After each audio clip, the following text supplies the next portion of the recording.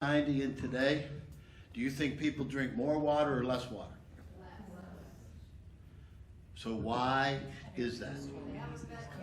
They haven't met me. Well, I think what I like to do with this, and it works the best, is we ask the question, what part of the human body, B-O-D-Y, needs water? Answer. All. Brain's a good one, though. Brain's a good one, okay?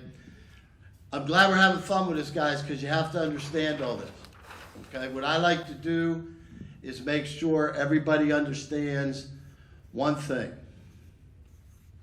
And we'll just draw it like this. Those are two hydrogens, and this is an oxygen, and this is a bond.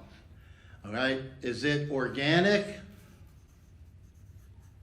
or inorganic? Trick question. All you have to know about organic, it has carbon. Does everybody understand? So anything with carbon is considered organic. Water, H2O, is inorganic. Okay? It's good and bad. What does that mean? It can do special things. What special things can it do? It can take place in vapor, fluid, or crystal. Ice, tap water. And if you guys listen to me for the winter, you got vaporizers, right? And so what do you see come out of the vaporizer? Water. Okay. 70%, depends on who you read, 70% of the world is water. And 70% of us is water, okay? What percentage of the brain is water?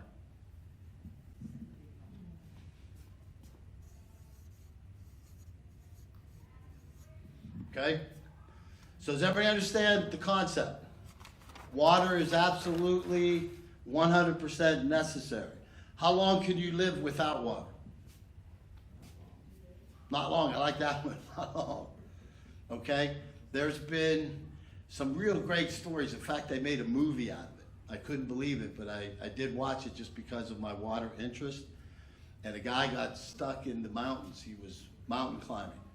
And he ended up falling between a couple rocks. And unfortunately, he went by himself. And he lasted 7 days. But he drank his own urine for most of that. Okay? But once again, what you have to understand is 4 is the magic number. So if 90% of your brain is water, 70% of the world is body, 70% of your body is water, and you can only live 4 days, why is it since 1990 till now we're drinking less water? And what's more important, water equals hydration. And we'll talk about that with cells. What if you don't get enough water?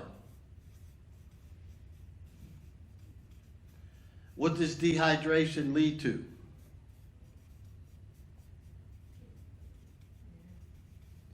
Inflammation.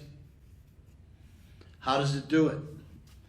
Anybody that had a urinary tract infection and recognized they didn't drink enough water understands what inflammation is all about. Once you become dehydrated and you don't drink enough water, your urine crystallizes just like the capabilities of water does. And that crystallization leads to inflammation, and that's when you get the burning on passing the water or the frequency when you're passing the water. So once again, remember, dehydration is the opposite of hydration, and it causes inflammation. Look at all those Asians, see? Please pay attention to it, guys, because like I said, I've been doing this since 1990, and I've had somewhat of an impact. I'll tell you about some of the patients that I've had that really have appreciated the hydration component of what I preach. But the bottom line comes back to, this is the most important. Water is hydration, not enough water is dehydration, and any dehydration in the body. Where can you find it? That's another common factor. The only thing the colon does in the body, two things. The only thing the colon does, contracts and absorbs water. Is everybody with me? So what happens is that if it's absorbing water, colon gets dehydrated. What happens when the colon gets dehydrated? The stool gets hard. What happens when the stool gets hard? Inflammation. Okay, please understand this, guys. It's the most important thing I can do is try to just keep going through it so that I make the point and everybody understands. Okay? So we're going to do 2 views today. Ralph would be proud of me. Okay, that's a chin. That's a chin in the eyes. We'll give some nostrils. This is the mouth. When we swallow, everything goes down the esophagus. Then I'll put an S. It makes its way to the stomach. Then it makes its way to the intestine. And we'll draw all this a little better in a minute. Then to the colon. And then you evacuate. Okay? In this process, what fluid does, specifically water, is it enhances metabolism. What does that mean? Metabolism. That means that, how many times are you supposed to chew your food? 30. Who does? No one. Okay? But again, what's the point? What's the point in that? Why chew your food 30 times? For the glands in your mouth to work. Okay? We have parotid glands, we have salivary glands. If those glands do their job, they are secreting while you chew and breaking down your food before it makes its way down to the stomach. So how do we know all this? The cadets. Everybody uses the cadets to do all their studies. So the cadets eat 3 square meals, they get a snack, they have to drink water, and they're physically fit and their bodies work well. So that's where the studies come from. And what do we find? We find that most people, I think they say the average is 9 chews before you swallow. All right? So imagine you're chewing the food 9 times and you're swallowing it. Are the salivary glands, the parotid glands even working? Answer, no. So you're not utilizing the function of the most important gland for metabolism and digestion, which is the parotid gland and the salivary glands. And what about both of those? Salivary gives you the saliva, and the parotid gland secretes when you take in anything acidic. So if you ever had the opportunity, which I've had, to tell somebody to suck a lemon, why do you tell them to suck a lemon? That's a treatment of peritonitis. When the parotid gland gets inflamed, you look like you have the mumps only on one side. As soon as you suck the lemon, it secretes and everything clears. Unless it's been a long time and you get a stone, that's a whole different story. But the point is, you have to have the water, and in this case, we're talking about chewing to enhance metabolism. And if you don't, what happens? Inflammation. You're going to see me write inflammation because at the end of this talk, I'm going to tell you about the relationship of dehydration and cancers, multiple cancers, which include breast cancer, which includes colon cancer, which includes bladder cancer, which include lung cancer. Is everybody with me? You have to pay attention, guys. All right, so what's the most, well, I shouldn't say the most important, but what's one of the most important organs in the body? Without it, we'd have trouble. Did I give it away? The eyes. That's a pretty good eye, huh? All right, we'll put a nose in there too, just so you guys see how good I am. Okay? So, what is important with the eyes? We do it, well, not all men shouldn't do it, right? What is it? Tears. Why are tears so important? Keep everything clean. Follow me? That's the most important function. We're going head to toe, by the way. We get to the head last, but we're going head to toe.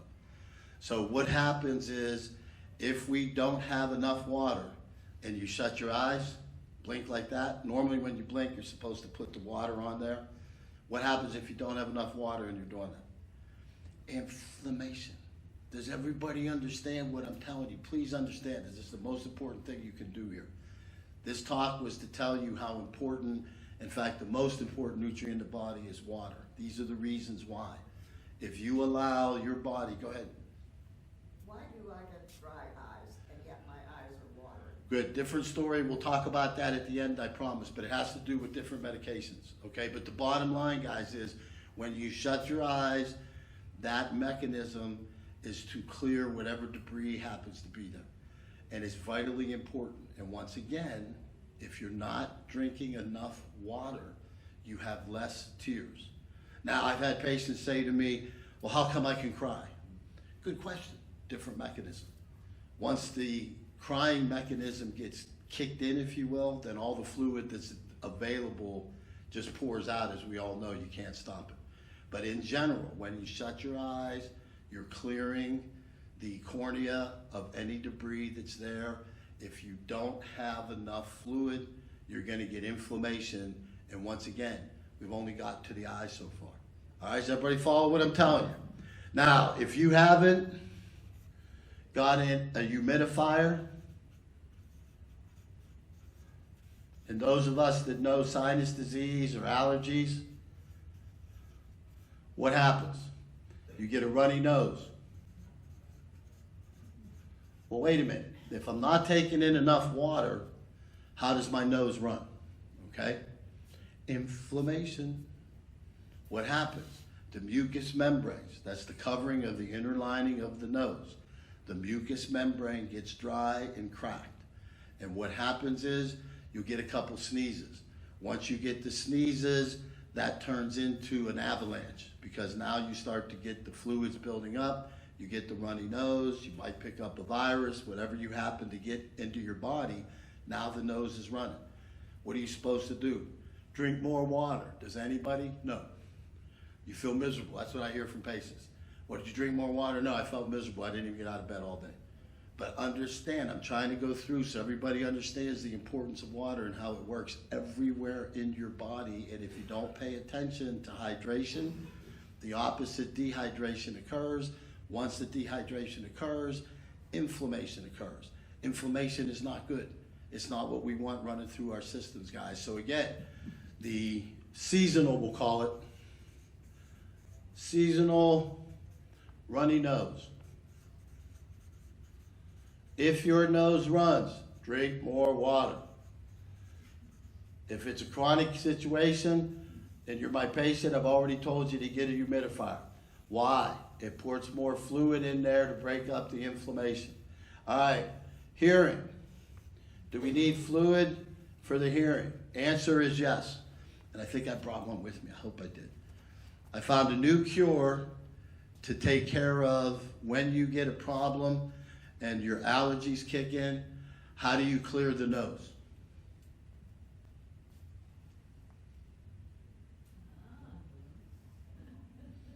You got it right here. It's a balloon.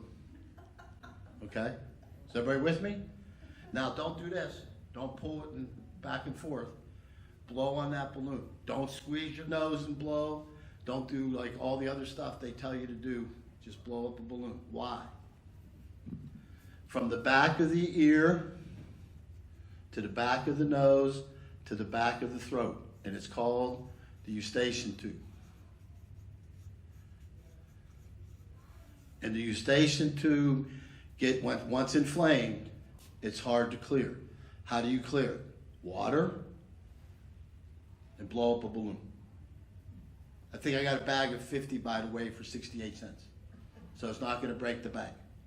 Everybody with me? This stuff works. That's why we're doing show and tell. All right. So, how far have we gotten?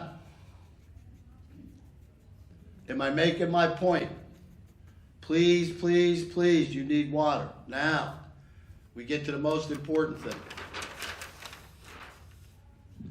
Mouth.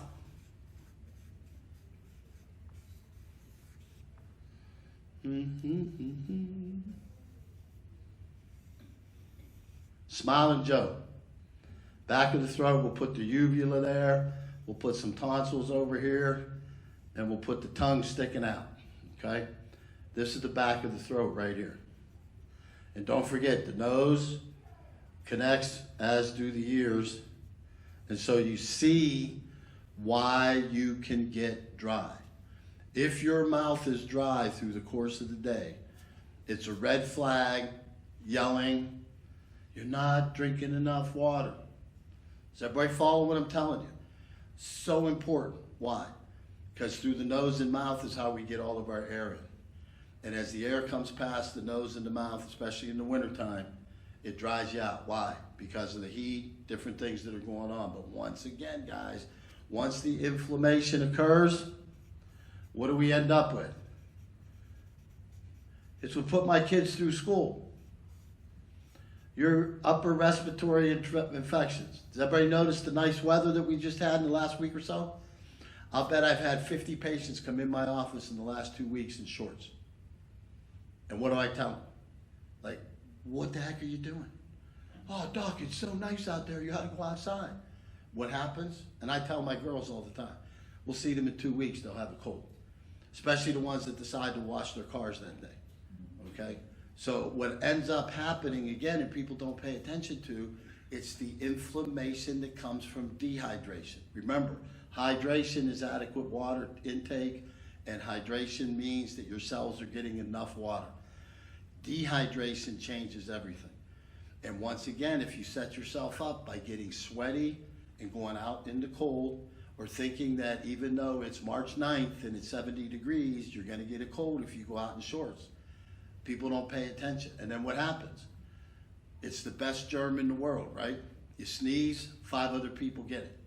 So that's what occurs. So everybody gets sick. And even though everybody, since your grandmother told you, if someone's coughing and sneezing, stay away from them, you can't. They're everywhere today. So please, please, please pay attention. And we just did now upper respiratory. And just with the upper respiratory, hopefully you can appreciate, if you're not well hydrated, these situations are gonna exacerbate. What does that mean? Lengthen. It's gonna lengthen the time for you to be well. And so if you end up with that runny nose, please drink the water. Please get the humidifier. It's so important. If you find your eyes are dry, or you wake up in the morning and there's matter around your eyes, you're not getting enough fluid. Please hydrate, or get the humidifier and keep it in the room where you're at. All right? These are the basic fundamentals that we're going to apply now through the rest of the body. And I do it so I have this to remember. Okay, we're going to do the brain last. Okay? So let's do GI. So we're going to go esophagus, and the esophagus comes down to the stomach, and the stomach makes its way to the small intestine. And then it makes its way over here. This is the appendix. This is the right side of the colon, central part of the colon, left side, and out. Okay, the reason that everybody has to see this is you have to remember over here is the liver and the gallbladder, and over here is the spleen, and behind the stomach, I'll put a pancreas. Okay? What is most important here? What did I say? The colon, all it does is contract and absorb water. That's it. That's all it does. What about the small intestine? And yours is as long as mine. But the small intestine would go to George and back. Does everybody follow me? It's about 140 feet. And it's all wrapped up, specialized, because that's where everything in the body gets absorbed. Once again, what does it require? H2O. For what? This now we're not talking about the upper respiratory, we're talking about metabolism. It needs the water to lubricate everything and maintain the pressures that your body needs for metabolism, absorption, everything that happens in the small intestine. What's the main thing? Food makes its way down into the stomach, comes over here to what's called the duodenum. What happens in the duodenum? The gallbladder secretes the bile, and the pancreas secretes all the enzymes. What does the pancreas do? Answer, everything. So if you somehow took bicarbonate soda, the pancreas would secrete water. If you drink water, the pancreas will secrete bicarbonate. It buffers everything we take in. You eat meat, the enzyme from the pancreas breaks up the meat. If you take in sugar, the pancreas produces insulin. Everybody follow me? So what is this area of the body? Right below your xiphoid. This is the area where everything occurs. And what does it require? Water. If you don't have the water, what happens? Sludge in the gallbladder or stones in the gallbladder. Okay? What else happens? Pancreatitis. Does everybody with pancreatitis know they have it? No. You only know you have it is if you do something else with the pancreas, such as medications, alcohol, different drugs, different substances. Bottom line is, though, this happens every single time you eat. So whatever you guys had for breakfast this morning, or if you already had your lunch, as soon as you swallow it and everything gets over to the duodenum, these secretions occur. What are secretions? Secretions are composites of chemicals, which include enzymes and activators. What are activators? These are chemicals that activate the process in whatever organ they were secreted in. How do they remain fluid? Water. Does everybody understand this, guys? Because it's so important. You know, and we found the kids in Nam, the unfortunate ones that died, already had gallstones. So in the 60s, we knew that we weren't taking in enough water and that we were dehydrating in our general diets of what we ate. Did we do anything? No. Do people drink more or less water since 1990? Less. Is everybody following what I'm telling you? It's so important to understand this, guys, because this is every time you eat, this process occurs. And again, the small intestine, it needs the fluid to be able to absorb and metabolize everything that you're doing. All right, we'll put the bladder in this slide so everybody gets the bladder.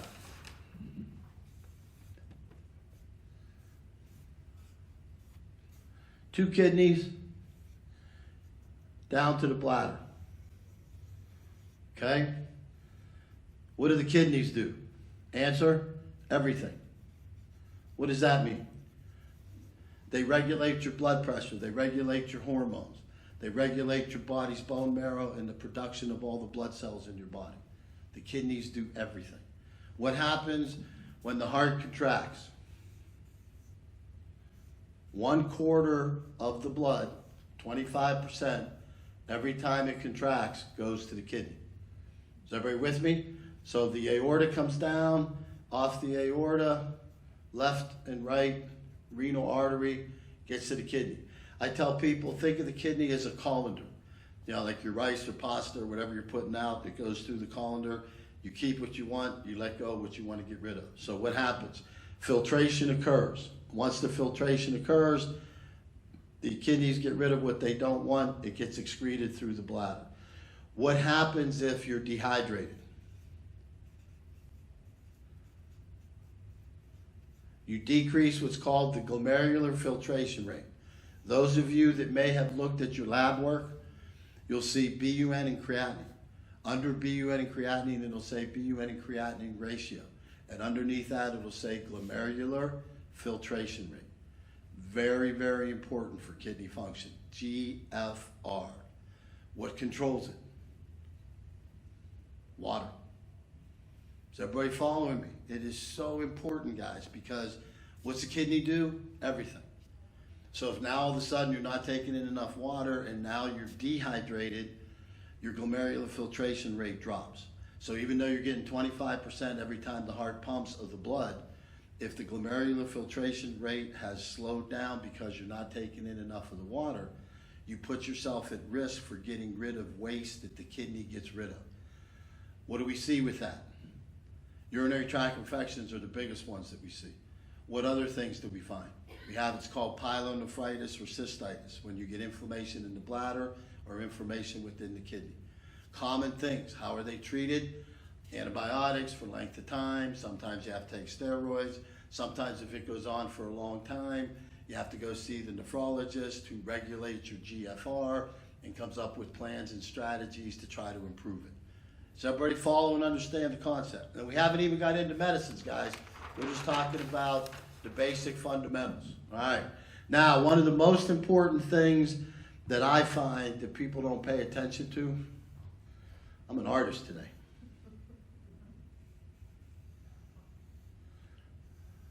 All right, just going to give it away. What's this? Kneecap. Okay. Now, the joints in the body will go up here to the hip, down here to the ankle. What do they all have? All these joints. Synovial fluid. What's the key word? Fluid. If you're not taking in enough water for that 60% of your body's needs, because remember, the body doesn't produce water. Is everybody with me? Your body doesn't produce water. And we're telling you 90% of your brain is water, 60% of the rest of it, sometimes 70, is water. And all these things we're running through requires water. So if you're not taking it in, what do we find? What does dehydration cause? Inflammation. What's inflammation of a joint called? Arthritis. Does everybody follow me?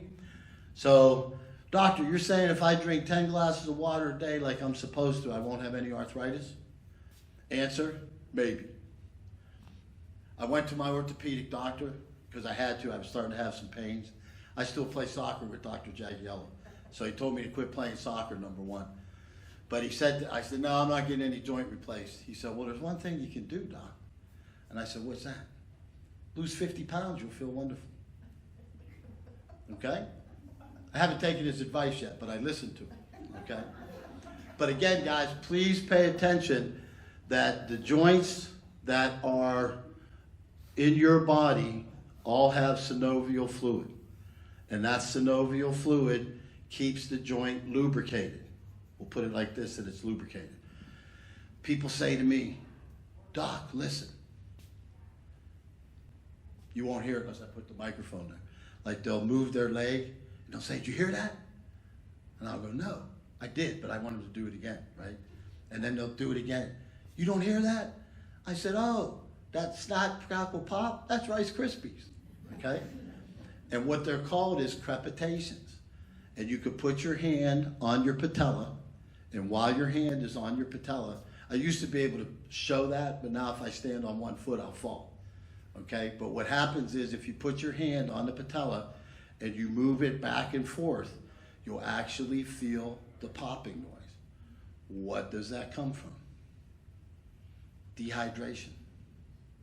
Does everybody understand me? You'll feel it in the shoulders commonly. You'll feel it in the elbows commonly. You definitely feel it in the knees very commonly. And you can even catch it in the neck at times. And we all know what we're talking about. Some people call it creaking, cracking, whatever the sound happens to be. We've all heard it. What that is inflammation that's occurred because the joint isn't lubricated. The synovial fluid isn't fluid. It's dehydrated. And that can lead to arthritis. Once again, if you drink increased amounts of water, will it go away? I'd put a weight limit on that. If you're fat like me, no. But if you're in good shape, relatively thin, drinking more water will improve the joint. And I've seen it multiple times. So definitely rehydrating the dehydrated synovial fluid joint improves pain of arthritis. There's no doubt. All right, now what happens if the joint, despite your best effort, sorry guys, that's my bookie. Despite your best effort, it's still causing you trouble. Does that mean that the water didn't work? No, it means there's potentially something else going wrong. And so again, what are those things that can go wrong? One of the most common things is meniscus. That's the two cups that hold the knee joint together. And a lot of times, over time, if it's inflamed, it'll affect the meniscus. But again, guys, I'm showing you that the joints are important to pay attention to as well. All right. Liver, spleen, adrenal gland, ovaries, prostate. 5. Not a lot is said about these. Once again, a lot of things happen. What happens in the liver? Another one of those answers. Everything. Okay? Anything you eat in the small intestine. Let me show it again. When you swallow, everything makes its way to the small intestine. From the small intestine, waste goes to the colon. What you need, everything goes through the portal vein to the liver. Everything. So anything you put past your lips are going to the liver. And it's called first pass effect. What does that mean? The liver detoxifies everything that you eat or drink. That's its job. How does it work? Through what are called sinusoids. How do they work? Fluid. So you need to have well-hydrated liver for everything to work well. What happens with alcohol? Alcohol is a diuretic.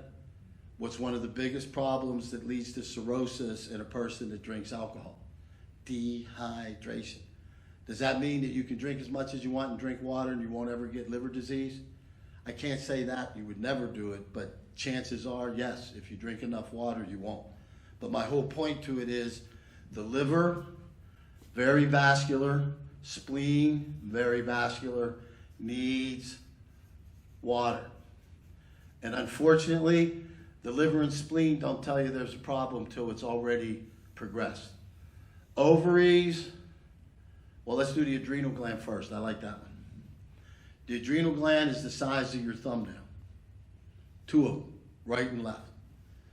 Hormonally now, regarding hormones, you have what we call the pituitary gland, which I tell patients if you put your thumb on your finger and you were able to push your finger straight through till your thumb stopped it, you'd be tickling your sella turcica, and that's where the pituitary gland lies.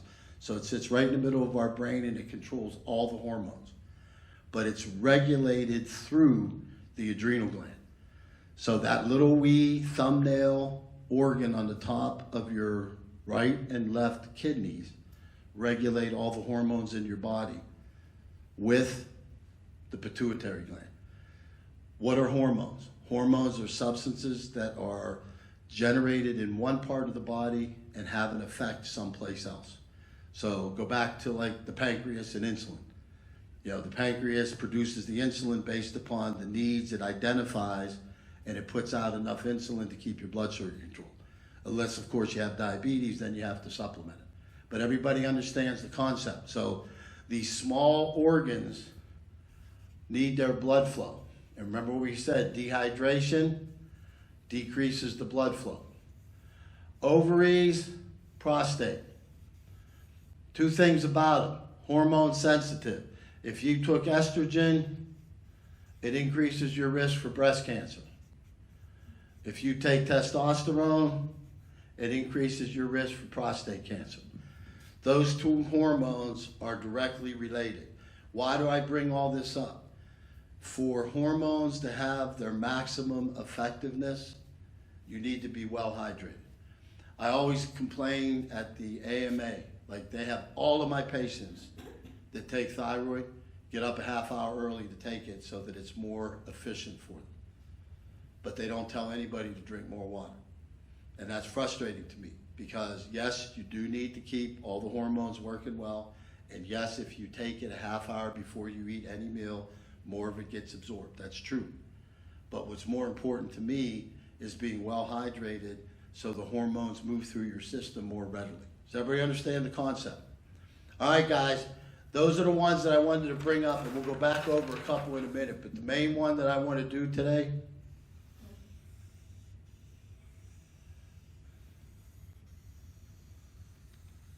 what's that? You guys are getting good. It's the brain, and don't forget the spinal cord, okay? So the brain and the spinal cord, frontal lobe, parietal lobe, occipital lobe, temporal lobe, and then we'll put spinal cord. All right. We've done some of this stuff before, we'll do it again. Let's see. Look, everybody look at the G, and while you're looking at the G, bring your right finger into focus. That takes 300 milliseconds, okay? 300 milliseconds. It's pretty fast, all right? How does that work? Water. So please, guys, understand this, because what I find happens is when you don't drink it and you don't drink it over a period of time, it gets more difficult to drink. So you got to start. And once you start and you see the benefits, because you will see the benefits, it makes it easier to drink more. But again, the nerve what we did, it all comes from the brain. That's called Edinger-Westphal's nucleus that enables you to do that. And once again, it's 300 milliseconds for you to focus in on your finger as it comes in between your eye. Wiggle your big toe. Everybody wiggle their right big toe. Ready? Wiggle your right big toe, okay? For that to happen, that's the longest nerve in the body. It starts at the parietal lobe and makes its way down to the tip of your right big toe. Look how fast it went. Just all you're doing is just thinking about it, and it happens. The fluidity of that sequence comes from water. And don't forget, when I said 90% of the brain is water, this is the brain, which includes the spinal cord. Does everybody follow me? So it's all bathed in fluid. We've all heard of spinal fluid, right? Cerebral spinal fluid. We have the ability in the body's brain, it produces spinal fluid, not water. Because remember I said the body does not produce water. What it does is it produces the spinal fluid that bathes the brain and keeps it in water. Why is that? If we didn't have 90% of our brain water and you got hit in the head, that thrust to your head is going to damage your brain. Why doesn't it damage your brain? It's called counter current. What does that mean? Because you have water in there, that blow gets displaced. Does everybody understand the concept? So the water protects the brain. It also protects the spinal cord. So it's completely surrounded in water for protection, but also function. So we're going to go over what happens. We'll use the big toe again. So there's the brain and the spinal cord.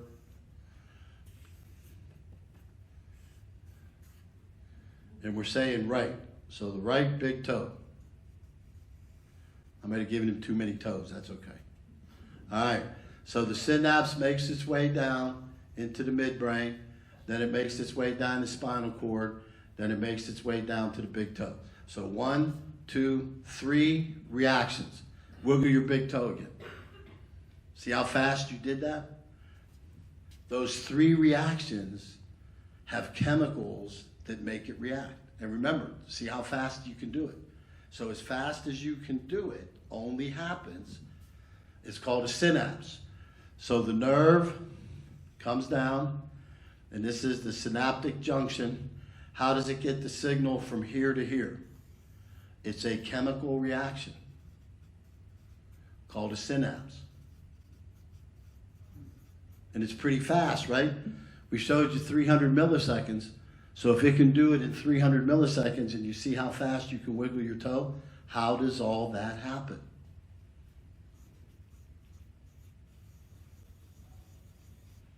The environment of the water makes this more fluid. So that synapse occurs.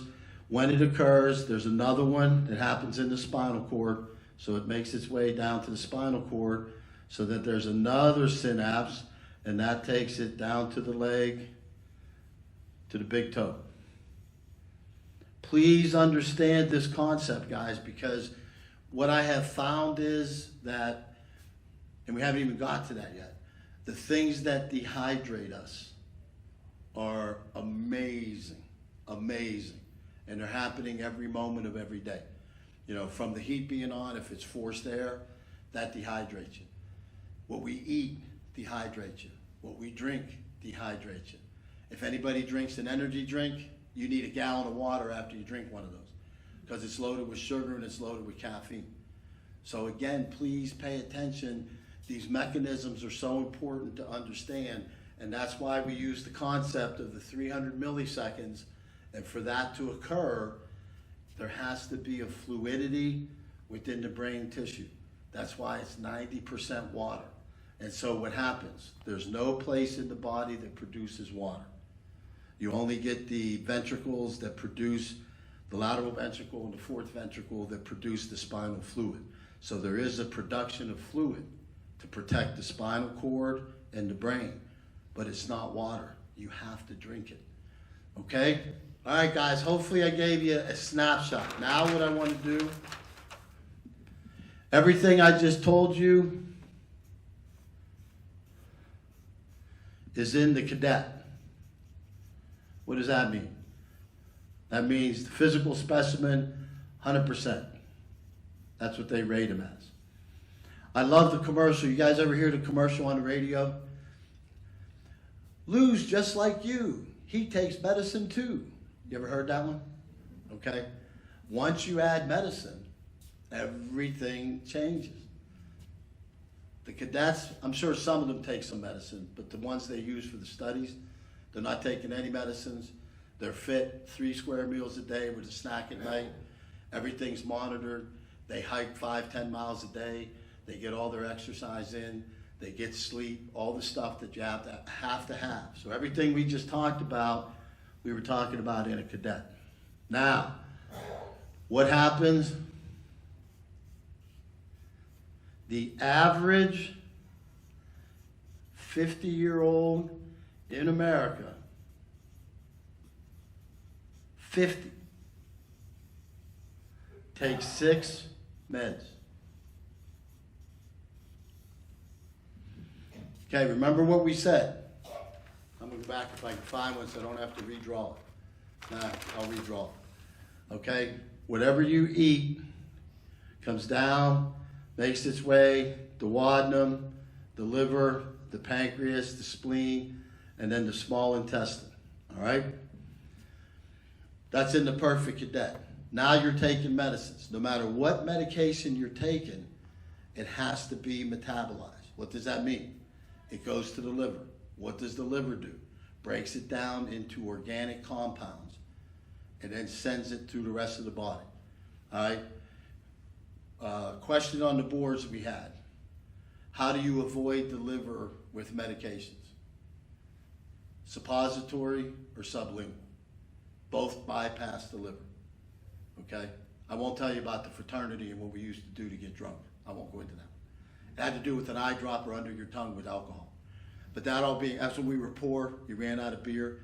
So someone went down to get a couple cans of beer. Well, I've seen a couple cans of beer and an eyedropper sublingually get 5 or 6 fraternity brothers happy for the football game. Okay? Bottom line is, you have to understand the concept.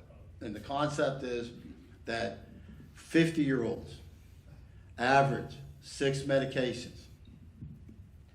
What does that mean? That means that, let's do the side view. This looks like Homer Simpson. Okay?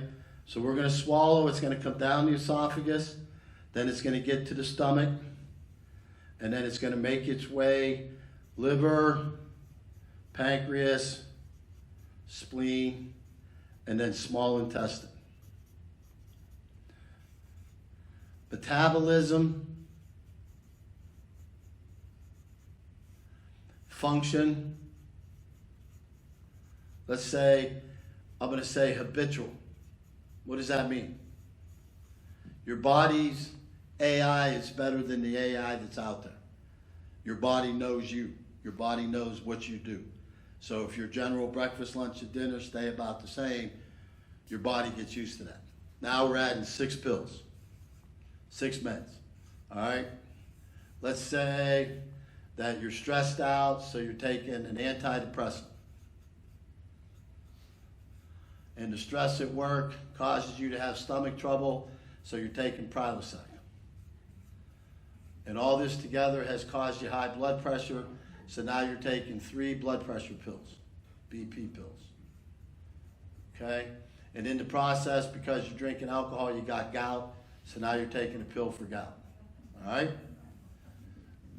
Those 6 pills going through metabolism are taking water to get through the liver and to get metabolized. Is everybody with me? So once again, we showed the cadet. And by the way, how much does a cadet require to drink every day? It's in the book. Read it. It's pretty cool. They have to drink 10 cups of water. Now remember, these are cadets in great shape, and a cup is 8 ounces. I push my patients to 10, 12s to get started, just to see the benefit. But once again, what we have is the knowledge that your body's function becomes habitual, and now you put 6 pills in because you're over 50 years old. So these pills, to be metabolized, remember, they're going down into the stomach's absorbing them, sending it to the liver's breaking it down and sending it out to the rest of the body. So let's use the heart because the blood pressure's up. So now once the liver's done with it, it transports it to the heart for its benefit to get the blood pressure down. Does everybody understand the concept? How does it get there? Water. How does it have its function in the heart? Water. So everybody with me that the cadets are perfect. The 6 pills that you're taking in, you end up in a situation that your body's using water to metabolize those pills. Everybody understand the concept? All right. How many pills do people over 70 take? 8. Does everybody understand the concept? This information's out there, guys. I like to bring it to everybody's attention because if you have the information, how do we deal with it? Water. So always drink a sip or a glass. A glass of water with your pills. So, if we're following the rules, how many glasses of water does that patient drink? 6. On top of 10. And what do my patients tell me? Doc, there's no way I'm drinking 16 glasses of water a day. It's impossible for me to do that. I say, all right. So then we got to look at what are the things that are dehydrating you. What are the things we have to cut out that's causing the dehydration? What are the things we have to look at to make it so we don't have to go to 16, but you have to drink a glass with each of the water pills or each of the pills you take. Please drink a full glass. I have patients that tell me, hey doc, man, I can get all these down without any water. That's like when my son said he made $100 for eating a Big Mac in 2 bites. He was sick for a week. But the bottom line is that you have patients that have their thoughts, ideas, and they're sticking by them because it works. Well, I see the other end of it, when it doesn't work. And when you get to the point where it doesn't work, it becomes frustrating for everybody, okay? What I want to make sure everybody understands is this is the concept. How do you follow the concept? Hydrate. Prevent dehydration.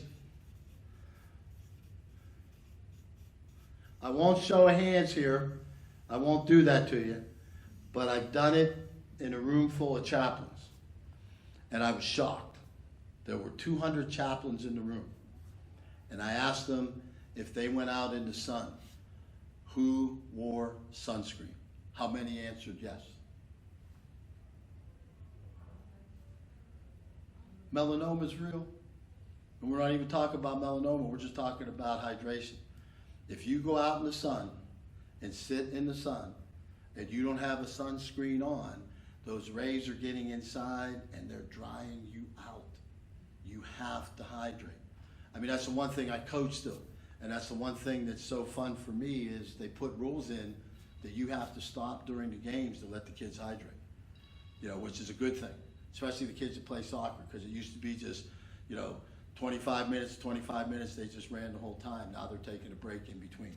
So they're even realizing you need it. All right, so please, please, please, I hope everybody's taken away from what we're talking about.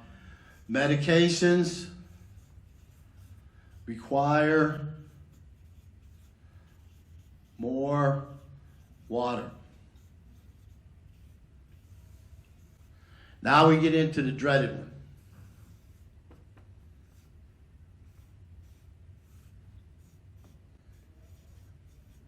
I can't spell it. Am I spelling that right? How do you spell beverage?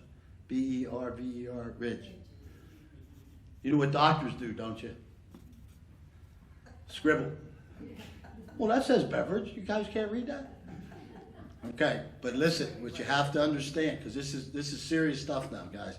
I think the first time I gave you guys a lecture on, or a talk on energy drinks, I think my son was like a junior. You know, and he's now finishing medical school. So that's how long ago we talked about it. And I remember what got me the most upset. I had just talked about it. And I'm telling everybody, no, don't drink any of these high energy drinks. They're no good for you. And I come home and there's a can of Monster on my kitchen table. You know, it has the green stuff on it. It's about that high. And you know what bothered me more than anything? It was $1.75. And I go, where the heck did you get $1.75? Mom. It's always Mom gave it to me. So he paid $1.75 when he was in high school, and he's still drinking them. I coach, like I told you. I have 6th and 7th graders drinking a Red Bull before practice. It's become, it's like Coca-Cola when we were growing up. Like it becomes the beverage, like it fizzes, it tastes good, whatever, and everybody jumps on the bandwagon. Or the one that's even the worst, that little 5-hour energy drink, loaded with caffeine. And again, these cause inflammation and dehydration. So important to pay attention to. So the meds we talked about, it requires more water. Beverages, you got to analyze this one. All right?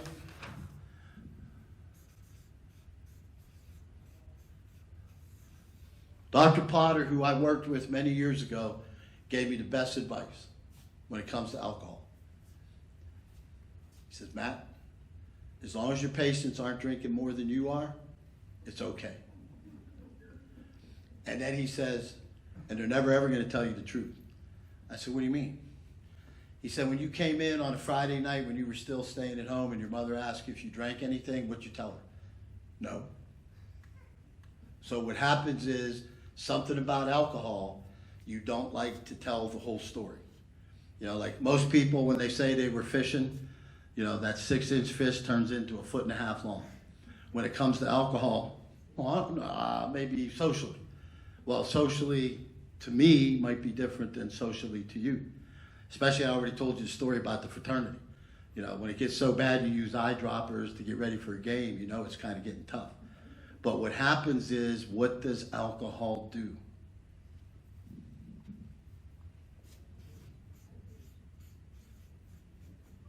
It's a diuretic.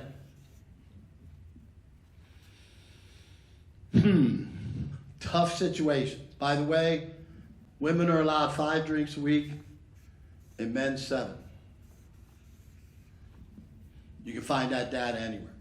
Does that mean you should? Not necessarily. There's still schools of thought out there that a glass of wine is good for you. It gives me a headache, so I don't drink it. But the bottom line is, alcohol you can have, but you have to hydrate. Have to. If you don't, the alcohol dehydrates you. And it dehydrates your organs. Don't forget that. Internally, it has a dehydration effect. And so again, guys, the beverage, alcohol, and caffeine are diuretics. What is caffeine in? Anything it can get in.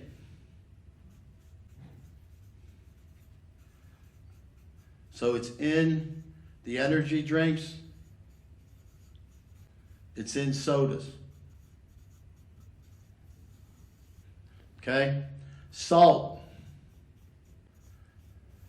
dehydrates you. So if you're shaking the salt shaker, you got to drink some water. And then this are things people don't know. Salt keeps the product on the shelf. Follow me? The longevity, it was the best until fructose corn syrup came along. Now fructose corn syrup supersedes it. Fructose corn syrup is in all beer. okay? So what we run into is, not only is there alcohol, but there could be salt and fructose corn syrup, especially in sodas. Okay? Does everybody follow this?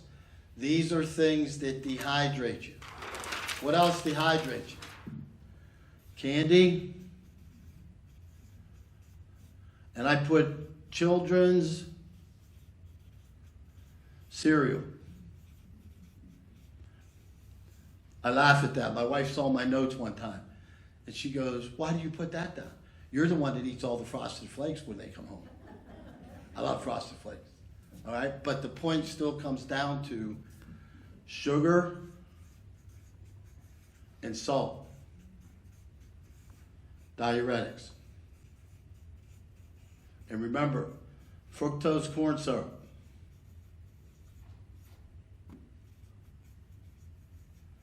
Please read labels. If it's in it, don't use it. It's 50 times stronger than sugar, and it has a very, very strong diuretic effect. All right, so everybody's following what I'm telling you. You have to make sure when we talk about water, you understand it's hydrate you, and the opposite is dehydrate. And the function, hopefully I gave you a snapshot, the function of your body requires water. And your brain is 90% water. Now, does that mean that if you start drinking water, you're never going to have any memory problems and everything's going to be wonderful? Not necessarily, but I can tell you, the patients that I have had, that I say you get bit by it. That's how this works. That I just had a patient this morning. Urinary, we call it nocturia because it's at night. Every 2 hours. So what did I say? You got to drink more water. And what did she do? She laughed and told my son, or her son, do you hear him? I'm getting up every 2 hours now and he wants me to drink more water. Okay, that's the concept. It's not the right concept. Ooh, I can use my balloon again. Okay, think of your bladder like a balloon. I have too many things in my pocket. There you go. Think of it as a balloon. The bottom part's the muscle, and that's where the urine comes out. And what happens is none of us drink enough water. So let's just do the balloon piece like this. None of us drink enough water. So what happens? This muscle is weak because we don't drink enough water. So weak bladder. So that means, especially when you lay down at night, because that's when all the fluid in your body pulls, you're going to have to go because of that weak bladder. 2 cases I talk about. And the last one is this is my buddy, Warren Smith. His mother was my patient. She lived to 104. So he said to me after he had his open heart, he goes, "I guess I'm not going to beat mom, am I?" I said, "Hey, you never know." Okay, he had his open heart at 75. At 80, prostate cancer. They had to remove his prostate. At 94, his valve, he had some problems, and he had the TAVR, where they go up through the groin and fix the valve. So he's thinking he's never going to beat mom, right? At 96, he started working for a race car company. It was his neighbor. And all he needed him to do was pick up engines for him and drive around. So he was working for this race team. It was really cool. He had a jacket. He thought he was the best thing in the world, right? And he comes in one day. It's called the finger wag. When I get the finger wag from a patient, I know I'm in trouble. And he's giving me you got to do something. I'm up every couple hours. My wife won't even sleep in the same bed with me because I have to wear a diaper and I leak all over the place. I said, "Warren, you got to drink water." "What? What the hell is water going to do?" And I tried to tell him everything I'm just telling you. Happy to say, he lived to 100, didn't get to 104. And the last year and a half of his life, his wife and he stayed in the same bedroom, and he didn't wear a diaper. And this is a guy that had his prostate removed. So everybody that's out there that thinks that this is foolishness, it works. It works 100% of the time. That's why I talk about Warren now, because it even happened in a male that had all his anatomy changed around because they had to take his prostate out. And by filling up the bladder, he got it stronger. He said, Doc, I know every bathroom in town. I know every bathroom. Before I go, I have to know my route because there's sometimes I just have to go. And he talked about even having to pull off on the side of the road at times. That's how bad it was. Once he started drinking the water and strengthened the bladder, he was able to sleep through the night. So please, guys, understand that water benefits the whole body. And please understand that it's vitally important for all bodily functions.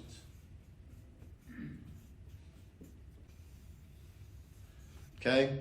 Now, can you drink too much water?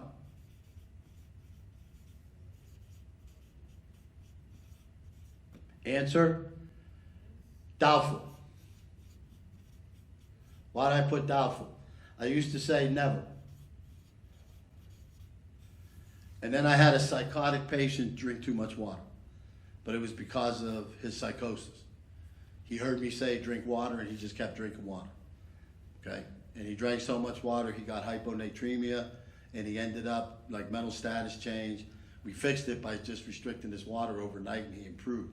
But the point is, I believe everybody in this room can drink as much water as they want without any problem at all. Having said that, if you have a medical condition, say your kidneys, or say some other problem in your body, and your doctor or specialist says water restriction, very, very rare. It can come if your heart's bad and you have congestive heart failure. It can come if your kidneys are bad and you have trouble with your kidneys. Sometimes we restrict water. But for the most part, there's no one in this room that can drink too much water. And what I hope that everybody will understand after today's little discussion is that I used to be able to say it's free. Not anymore. Now you got to pay for it, unfortunately. And I have to end it with a happy, funny story that got me in trouble. I don't know if you guys know my partner, Dr. Jagiello. Ben works over at Passivant. He's a good guy. We've known each other for 40 years. And we always play sports together. So this is back when we were residents at McKeesport Hospital. He had his son, Matt. I'm not stealing it. I'm just putting it in my pocket, guys. Okay? So I go to pick him up, and he's holding the baby at the front door. And I go, Ben, let's go. We got to go. He goes, Sean, that's his wife, Shawnee. Shawnee's not here. I got to babysit Matt. I said, bring him with you. He goes, to play basketball. I said, yeah, bring him with you. Okay, so we bring him, we shut the bleachers, and everybody threw their coats in, and then we just had him in that space, and we put the bottle in his mouth, okay? So we're playing ball, and all of a sudden he starts screaming. So I go running over, and the bottle had fallen out. So we propped it back up. We're still playing. He starts screaming. Ben goes over to see him, and he shows me the empty bottle, right? Well, he's standing right in front of a Pepsi machine. So I said, Ben, give him some Pepsi. And he goes, you sure that's okay? Because he knew I had 6 kids already, right? And I go, well, put some water in it, okay? So my wife calls me Matthew when I'm in trouble. His wife calls him Benjamin. All of a sudden you hear, Benjamin, what did you do? And he points and he said, Matt did it. And I said, hey, at least I put water in it, some sugar water, right? So I was in trouble until my brother, who works at LECOM up in Erie, got her daughter into medical school. She's now a radiologist down at Allegheny General. But I thought that was a good story because she did forgive me a little bit because she saw I did pour some water in there. So diluting the Pepsi got me out of trouble. All right, guys, please, please, please, please, I can't, you guys know I've been talking about water forever. I've seen the benefits be so tremendous for so many people that they never thought about anything we talked about. From your joints not hurting as much, from GI systems working better and functioning better, from overall, not telling everybody that if you have some memory troubles, you're gonna be perfect tomorrow, but you will see a difference in thoughts coming to you quicker. It does make a difference. So please, please think of the benefits of water. And if you are taking multiple pills, at least try to get a half a glass in. I mean, I have some patients taking 14, 15 pills. I can't expect them to drink 14 glasses of water while they're taking their pills. But you need more than a sip. And don't try to take them without any water. That's not good either. Okay? And I hope everybody noticed I was only 3 minutes late today. That was pretty good. Any questions? Yes. Oh, your question back. How do you have, you get a lot of tears? Tell me that thing again. What was the question? I have dry eyes Mm-hmm. when in the morning, Okay. and I have to put drops in them, but yet I'm teary. Why isn't that? After you put the drops, so the rest of the day you're tearing. Yeah. Okay. Medications can cause effects, and the effects are exacerbated in the night. Okay. What that means is through the day, the medicines can cause trouble. You still want to hydrate as best you can. But at night when we go to sleep, everything slows down. And so what occurs is, unless you have the hydration you need, you can get dry, you can get matter in between the eyes. It can hurt when you open them up. And I would say humidifier if you don't have one. If you have one, keep it perfect. Keep the humidifier on, keep everything, and then make sure, take the water. If you're waking up at all at the night, even take some as well, because it will help. It will help the real bad dryness, because I know what you're talking about. It actually even hurts. Also, I guess I was dehydrated and I passed out. I ended up in the hospital, and I hadn't had breakfast, and I was there almost, even after lunch, I still hadn't had anything. They didn't give me any IV for water or anything. Wow. And It's all changed. The system's changed, guys, unfortunately, because it's different. A lot of things we used to do as standard. is that normal to pass out if you're dehydrated? Yeah. That's not atypical at all. Yeah, please, guys, that's a good point. The hydration has effects on your sensorium, and then your body's autonomic nervous system. One of the most common things we see is it's called micturition syncope. So whether it's a male or female urinating, that's the vagus nerve that gets stimulated. And if you're urinating and dehydrated, you can pass out. That's why a lot of times you'll find, so-and-so passed out in the bathroom. Those are things that can happen. So again, hydration is so important. And please, please, please take away today that the recommendations are 10, 12 ounce glasses. So hard to do. Another rule of thumb, if you're on medicine, it doesn't substantiate it as well. But if you're not taking a lot of medicines, or if you're not on many medicines at all, and you're just taking over-the-counter stuff, which we didn't talk about, a lot of the over-the-counter supplements, etc., a lot of those cause dehydration. So show your doctor the label of what's in them, because the ingredients have to be there. But what can happen, again, guys, is if you're not well hydrated, your urine usually is dark. So based on your hydration level, if your urine is clear, you're drinking plenty of water. And then the tinges of like the little light yellow to a little darker yellow to almost brown, you're dehydrated. Once again, if you're taking various medicines, it can affect it. But for the most part, that's a good rule of thumb. So pay attention to those, please. It's so vitally important. And please make sure, please understand, 90% of your brain is water. Put that in, and you don't create water. The only thing you create is spinal fluid. You have to replace it. That's the only way you can do that. With me? Any other questions? Yeah. Yes? Does other liquids count? I get that all the time. Tea, decaffeinated tea still has particles that need to be cleared. So what will happen is, is it as bad as caffeinated? No. But you're still, tea itself, you're going to release some of the water. Just like the salt and the sugar, people didn't realize that would get rid of water as well. Yes, it does. So I had people ask me, what's the one? There's some kind of liquid out there, and they claim you can put this stuff in to make it taste a certain way and give it some color or whatever. If you're putting particles in the water, it has to be clear. And so it's maybe not bad, it might be 80%, but you want the water if you can get the water in. Good. What's the best type of water to drink? Like tap water? Good question. Good question. I have patients that drink various types of water based on things that they read, and I can honestly tell you, I have not seen a difference at all. I tell patients that see what's most palatable for you. My wife bought what's called Brita. It's like a pitcher that she has in the refrigerator, and I get yelled at because when I get it too low, I don't fill it back up. But you know, that does some kind of filtering. You know, I don't know if that's beneficial or not. I use that because she has it in the refrigerator, but I drink tap water. I love fountain water, especially if it works, because it's cold. You know, but I get a lot of water because I put ice in the water, and so like I'll drink it, and then I'll go see a patient or something, come back, and then it's ice cold, and I'll finish it and add some more to it. So I get mine in a routine that I put together, but whatever you decide works for you the best, whether it's bottled water, tap water, whatever one. In terms of the specialized ones that are out there, that they, you know, the claims are out there, I've never seen it with patients that actually do it.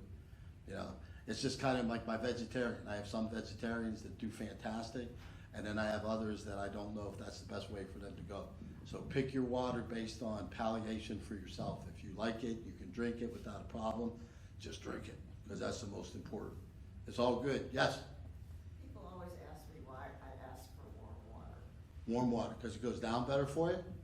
Yeah, like however you like to drink it is fine. I don't like ice water. Whatever works, just get the water in, guy. Any other questions? Good, thanks for having me, you guys. I should have brought water. Next time I talk about water, I'll bring some. That'll be good. Thanks, guys.